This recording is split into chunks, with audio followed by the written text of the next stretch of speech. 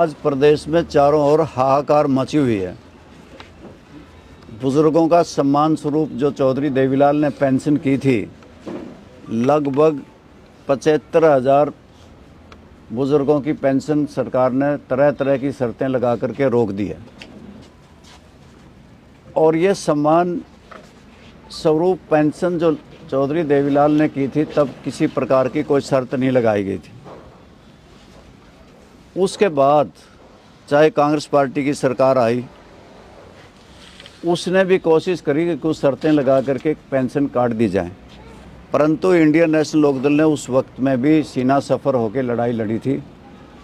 और आज भारतीय जनता पार्टी की सरकार ने भी परिवार पहचान पत्र से इसको जोड़ करके हरियाणा प्रदेश के 75,000 बुजुर्गों की पेंशन काट दी और रोक दी।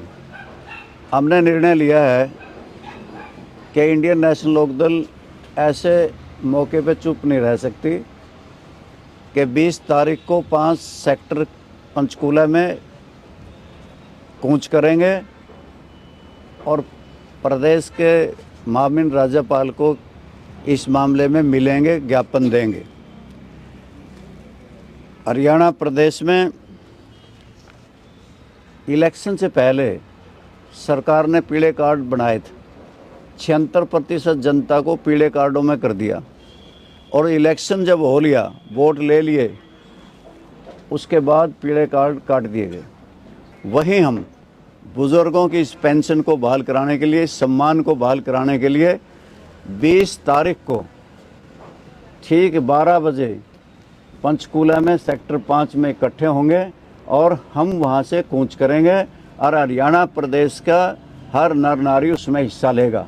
मैं आपसे भी निवेदन करता हूं कि आप भी हमारे इस प्रदर्शन में हिस्सा लें, क्योंकि बुजुर्गों को पेंशन जो दी गई थी वो चौधरी देवीलाल ने सम्मान स्वरूप दी थी। किसी प्रकार की शर्त नहीं लगाई गई थी, ना कोई इनकम टैक्स पेज की काटी गई थी, ना किसी उद्योगपति की काटी गई थी, ना किसी बड़े किसान की काटी गई थी। सबको, जिसकी उम्र 65 वर्ष होगी, सबको पेंशन देने का काम चौधरी देवीलाल ने किया था। और उस वक़्त के 100 रुपये आज के 15,000 के बराबर हैं। इसलिए जो हमारे मुख्यमंत्री जी कह रहे हैं कि अब तो ये 3200 कर दी गई, ये 3200 उस वक़्त के तो 15,000 होनी चाहिए थी। तो आप सब साथी भी वहाँ पे 20 तारीख को पंचकूला पहुँचे। माजरा साहब, सीएम नायब सैनिक कह रहे हैं कि किसी की पेंशन नहीं कटी है, मीडिया के सामने बात कही है। आपकी बात भी सही है और उनकी भी सही है। 3 महीने से, किसी की 4 महीने से पेंशन रोकी हुई है। अगर वेबसाइट पे तो देखोगे कि यूं की यूं नज़र आएगी, परंतु पेंशन इसलिए नहीं दे रहे कि उनके मिलान परिवार पहचान पत्र से हो रहे। जिसकी आमदनी 3 लाख रुपये एंट्री हो गई बैंक में, उसकी रोकी जा रही है। जिसके 4 व्हीलर है उसकी रोकी जा रही है। जिसके 24,000 बिजली के बिल पे कर दिए गए तो उसकी काटी जा रही है।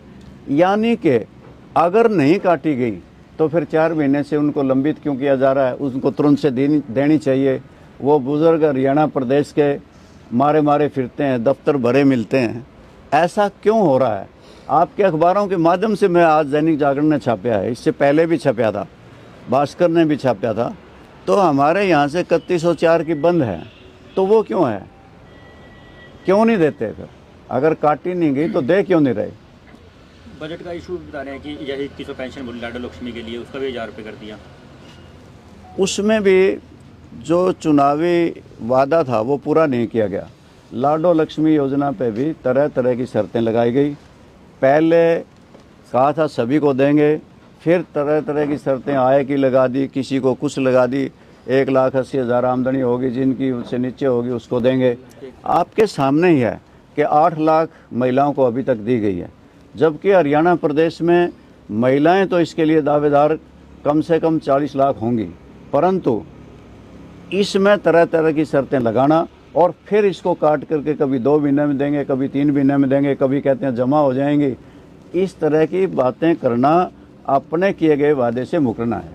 प्रदेश की नायब सरकार कहती है कि रोजगार देंगे, लेकिन यहाँ पर क्या है कि रोजगार जो 2 साल पहले वैकेंसियाँ निकली थी वो कैंसिल हो रही हैं, और जिनको देना था अब उनको बाहर का रास्ता दिखाया जा रहा है। अभी अभी आपने अखबारों में पढ़ा होगा, पहले एग्रीकल्चर डिपार्टमेंट की वैकेंसी निकाली, उनको विड्रा कर लिया था, वापस ले ली थी। अभी एक और महकमे की वापस ली हैं। ये तो जब अपॉइंटमेंट देनी होती है उससे पहले ही उनको वापस ले लेते हैं, और लगाते हैं तो दूसरे प्रदेशों के लगाए जाते हैं, क्योंकि यहाँ HPSC का चेयरमैन हरियाणा प्रदेश की 3 करोड़ जनता में से कोई भी योग्य आदमी नहीं इनको मिला कि इतनी बड़ी पोस्टों का सिलेक्शन करना हो और दूध की रखवाली बिल्ली को बिठा दिया जाए, तो ये कौन सा न्याय है। सीएम साहब पीएम साहब को स्पाइडरमैन की संज्ञा दे रहे हैं कि सड़कें बनाने में। वो तो ठीक है, उनकी पार्टी के मुख्यमंत्री हैं, उनके प्रधानमंत्री हैं, उसके बारे में वो कह ही सकते हैं, कहना भी चाहिए, अन्यथा कुर्सी सलामत रखनी है तो कहना लेकिन पड़ेगा। सड़कों को मामले को लेकर बोलते हुए नजर है, क्या वाकई में सड़कें स्पाइडरमैन की तरह बनी हुई हैं? आप जाकर को देखिए, आप चीका जाइए, कोल जाइए, आपको पता खुद ही लग जाएगा। सड़कें टूटी फूटी हैं, बदहाल हैं। आपकी एक सड़क की रिपेयर हुई है, उसी के ऊपर झगड़ा पड़ रहा है, कोई कहे मन ने बनाई, कोई कहे मन